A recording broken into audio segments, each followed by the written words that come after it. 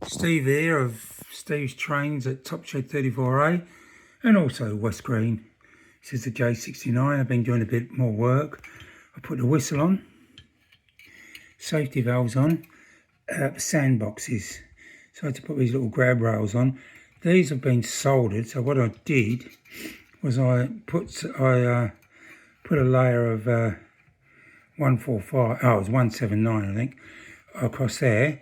Then I put on this piece here, I put some low melt, put it in place, and then what I did, this is actually quite good, with my RSU, I went round and I just kept pressing the foot switch on and off so it didn't get too hot. Kept going round, tap, tap, tap, tap, tap, and all of a sudden you could see the solder squeeze out and this pushed down. So then I just left it for a while and she soldered pretty solid. What I've got to do, I want to make up a smoke box door, get the handrails on. There's a Westinghouse pump, 2 clack valves, tank fillers, dome, chimney, vent pipes for the tanks. There is a cross shaft, there's a cross pipe there, it goes over there, and a looped piece, that's for the condenser. And then, I'm getting close to finishing. Then I'll put the buffers on, all the pipes. Last thing I'll do is the steps. So, yeah, that's what I'm up to. So I've been doing a bit more work. I've prepped the smoke box door. This is just got to be erudided in place. I put the dart on. I put that on with super glue. There's 2 brackets which they used on the Great Eastern, or they used to put headboards on here telling the destination boards they were. These are nickel silver, and you fold them up. I tinned the back, put some low melt on, fluxed it up and just put it onto the smoke box door. You bend those enough and they'll crack because low melt solder is not very strong, so whatever cleaning up I do is going to have to be very gentle. The next thing I've done,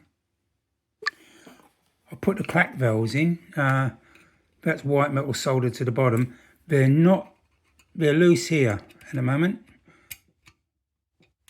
Well, to be honest, I don't even know if I need to put anything on there. Grab handles on there. The other thing which is in the kit is the operating lever for the sanders. So there's a little white metal spigot there. And but you've got to open out this hole and you come close to wrecking it. Well, I did on this one, but it doesn't matter, it wouldn't fit over. So then you've got to crank this and it goes into the tank. So I've just put a bit of super glue there and some super glue here. Done it on both sides. So when I clean up, I've got to be very, very careful because you get a bit zealous with a brush or anything and you can knock detail off. This one I put on the same. I've got this Westinghouse pump to put on. This is going to be fun because there's 22 gauge soft wire to form up pipe runs. One goes over the top and in there. One goes down. One goes down through the foot plate and another one runs along the smoke box and into the smoke box. So that's going to be fun. As I said, you can't help it. It's just the nature of kits. They're fiddly. No matter how good they are, there's some fiddly parts. Especially if you get scale parts. This is what happens when you do work. We've all been there. I was working yesterday, felt a bit sick, got a bit of a... Anyway, I gave it up. I made a few messes. Nearly said that word, didn't I? So, I've got to tidy up.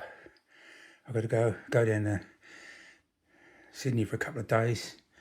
But, in the meantime, and when I get back before I do any work, I'm going to put all the tools away, vacuum off the desk, because that's what I do. 2 days max. So what have I done? Put the sandboxes on. I put the little handles. There's an operating lever goes there. There's one both sides. That goes into the well, go into the cab, wouldn't it? Alongside the boiler. Clap valves are in. Put the handrails in.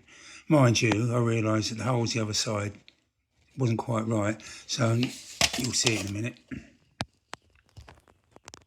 So this side, where's my point? Oh, there it is. I put on the Westinghouse pump. There are 3 like pipe things. It's soft gauge wire. I think it's soft gauge, yeah. So there's one that goes there. There's one goes out that side and runs along there and goes into the smoke box. Then, I don't know, you probably can't see it. Out the side, you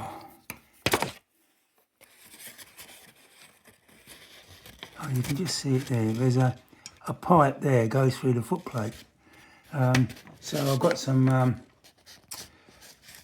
copper wire, quite thick, but I had to anneal it so it could bend easy. So I've done that. I had to make up, this is not fitted. I've had a couple of goes at this, that come off due to the fact that, that come off. But you've got to bend up this, it's quite complex shape. This is the ejector pipe. Yeah, and that goes into this, the flange here, but that's come off. One of the reasons is these holes are slightly too high on this side, and I think the reason is this smoke box wrapper wasn't exactly centered. My fault. So anyway, so I've got to work out how to patch these up and move them down a bit. I'm beginning to think probably the best way is to fill them with solder, drill 2 more holes, and probably use super glue to put them in, otherwise the whole thing's going to melt. If you've got any more suggestions, like take up another hobby.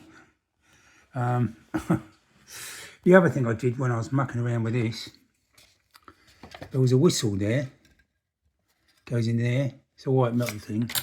Anyway, I broke it, but I've got some more whistles. So I knew there was a reason Jim gave me 3 whistles in that kit.